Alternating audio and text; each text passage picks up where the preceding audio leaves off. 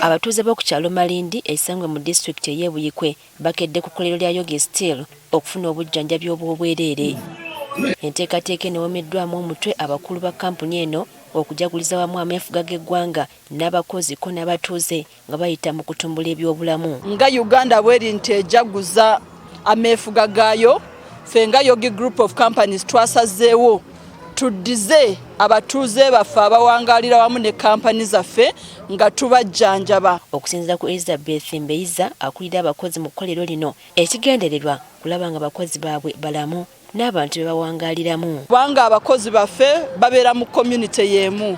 So bwe tuba tujjanjabya abakozi baffe mu factory n'abeebweru gye bawangaalira nabo twagala babeere nga balamu. Abamu ku bafunye obujjanjabi basiimye enteekateeka eno. Namu obuzibu bw'esente bwe nawulidde ekirango kino ne nzija wano ku yogi neefuna obujjanjabi. Kampani bwe ziti ze twagala mu bitundu ne zituwa empeereza ennungi, zituleetera n'emirimu, abaana baffe ne basobola okukola. Ezimu ku ndwadde ezijjanjabiddwa kubaddeko omusujja, ez'obukaba, lubyamira, endwadde z'abakyala n'abalala abazze okwekebeza akawuka ka mukenenya. Ezisinza olabikiramu kusinga tufunye ebifuba oba lubyamira, ne tufuna endwadde za lusaazi. Simanye endwadde zino ate zikiridde ne ku baana abato. Era mu kujaguza ameefuga abatuuze ssaako n'abakulembeze b'eggombolola y'e Buwama bakedde kulambula bannaabwe abalimi b'emmwanyi okubaako bye babayigirako. Tuzze okuyiga biki ebinaatuyamba okubeerawo nga tuva ku bannaffe abalimi naddala ab'emmwanyi yesinza okutuleeta. Bano nga bakulembeddwamu ssentebe waabwe ow'eggombolola Frank Kasule ssaako n'omwami wa Kabaka Abdukale Muyiga balambudde abalimi abawerako ne basiima abavubuka okwenyigira mu kulima emmwanyi. Sinza okuneewuunyisa emmwanyi zisinza okulambulaza abavubuka. Abavubuka ebiseera ebisinga babeera nnyo mu by'obufuzi.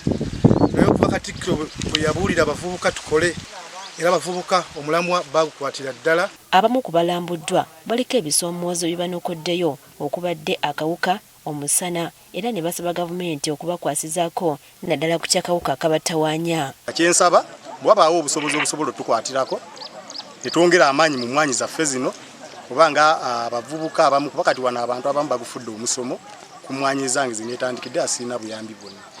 Abakulembeze era beeyongeddeyo ne ku faamu esangibwa Bunjako eyitibwa Heritage Canani Farms erima n'okusunsula emmwanyi naye okulaba emirimu bwe gikolwamu. Abalambuziddwa bavuddeyo bawaga nga bwe bagenda okusituukiramu obutaddamu kufiirwa olw'okumanya kwe bafunye. Nga luli tubadde tugamba nti okutambula kulaba, okuddayo kunyumya, naye okutambula kulaba, okuddayo kukola ki? Okukola. Bino ebituukidde ng'ekirime ky'emmwanyi kikutte enkundi oluvannyuma lw'ebbeeyi yaakyo okulinnya nga kati kiro yali egula nnusu 2,000 ng'olwaleero egula omutwalo gumu 1,307 ekireetedde abalimi okugyeyonera okugirima ekitagambika.